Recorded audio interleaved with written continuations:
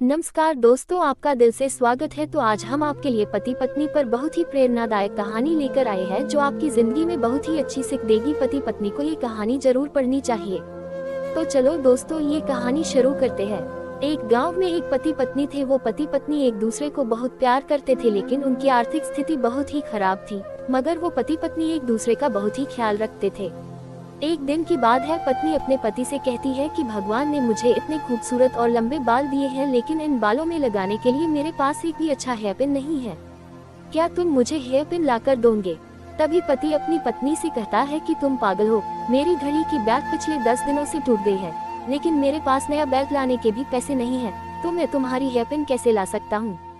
अगले दिन जब पति अपने काम से घर आ रहा था तो उसे रास्ते में एक घड़ी की दुकान दिखी। तो उसने अपनी बिना बेल्ट वाली घड़ी को बेच दिया और जो भी पैसे मिले उन पैसों से वो कटलरी की दुकान पर पहुंचा और अपनी पत्नी के लिए एक सुंदर हेयर पिन खरीद ली और उसे लेकर वो अपने घर की ओर चलने लगा।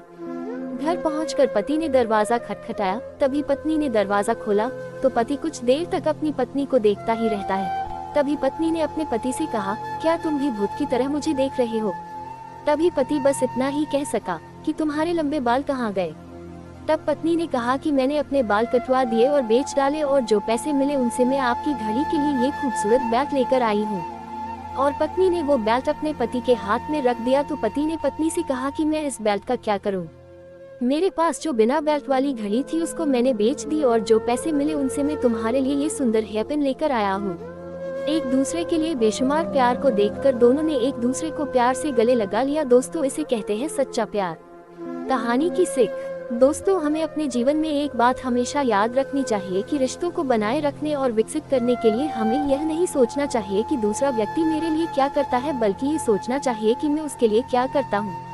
किसी को पाना प्रेम नहीं है, बल्कि खुद को खो देना प्रेम है। यानी कि प्रेम एक समर्पण है। प्रेम ही एक ऐसा धागा जो पूरी दुनिया को आपस में जोड़कर रखता है। प्रेम ईश्वर के द्वारा दी गई एक अनमोल भेंट है। इसलिए हमें सामने वाले इंसान को परखने के बजाय उसे समझना चाहिए।